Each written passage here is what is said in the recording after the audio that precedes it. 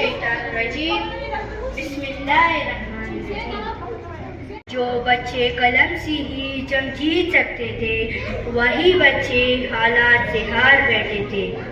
اگر انسان ہو تو زخم بڑھ جاتے ہیں، اگر انسان ہو تو زخم بڑھ جاتے ہیں، مگر علم چھن جائے تو شعر اجڑ جاتے ہیں۔ محترم صدر محفل، معزز مہمان گرامی، اساتذہ کرام اور میرے پیارے ساتھیوں، السلام علیکم۔ آج میں ایک ایسے موضوع پر بات کرنے آیا ہوں جو نہ صرف ہمارے دلوں سے جڑا ہے بلکہ ہماری روزمرہ زندگی کو بھی متاثر کرتا ہے، جس کا عنوان ہے تعلیم کا چراغ اور پرچنار کے زخم۔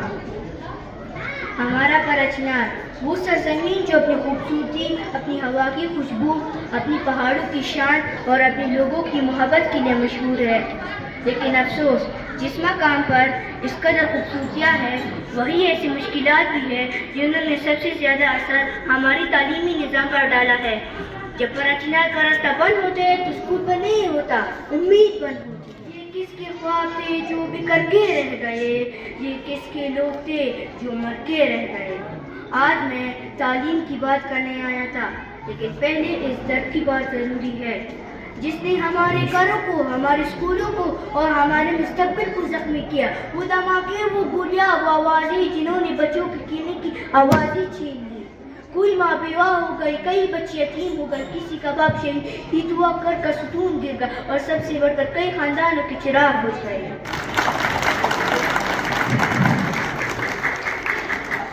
میں کس کے ہاتھ میں اپنا لہو تلاش کروں، میں کس کے ہاتھ میں اپنا لہو تلاش کروں، تمام شہر پہنے ہوئے ہے دستانے۔ ہمارا سب سے بڑا زخم صرف خوف نہیں، بندش ہے۔ راستے بند، اندرہ بند، مریض سڑکوں پر دم توڑتے رہے، کتابیں بیگ میں بند رہے اور وقت ضائع ہوتا رہا، مستقبل ٹوٹتا رہا۔ یہ حقیقت ہے، کہانیاں نہیں۔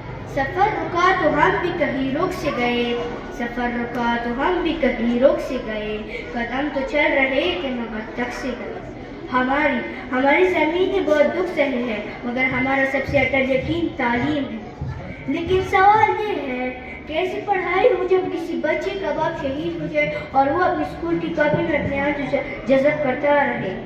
پرچنار کے بچوں کا قلم صرف روشن مستقبل نہیں لکھتا، یہ صبر لکھتا ہے، قربانی لکھتا ہے، درد لکھتا ہے۔ ہاں، ہمیں تکلیفیں صحیح ہیں مگر ہم نے ہمت نہیں ہاری۔ یہی تو پرچنار کی پہچان ہے، زخمی ہو کر بھی کڑے رہنا، رو کر بھی پڑھنا اور ٹوٹ کر بھی آگے بڑھنا۔ ہر شہید کی قربانی نے ہمیں سکھایا تعلیم ہمارا بدلہ ہے اور امن ہمارا حق ہے۔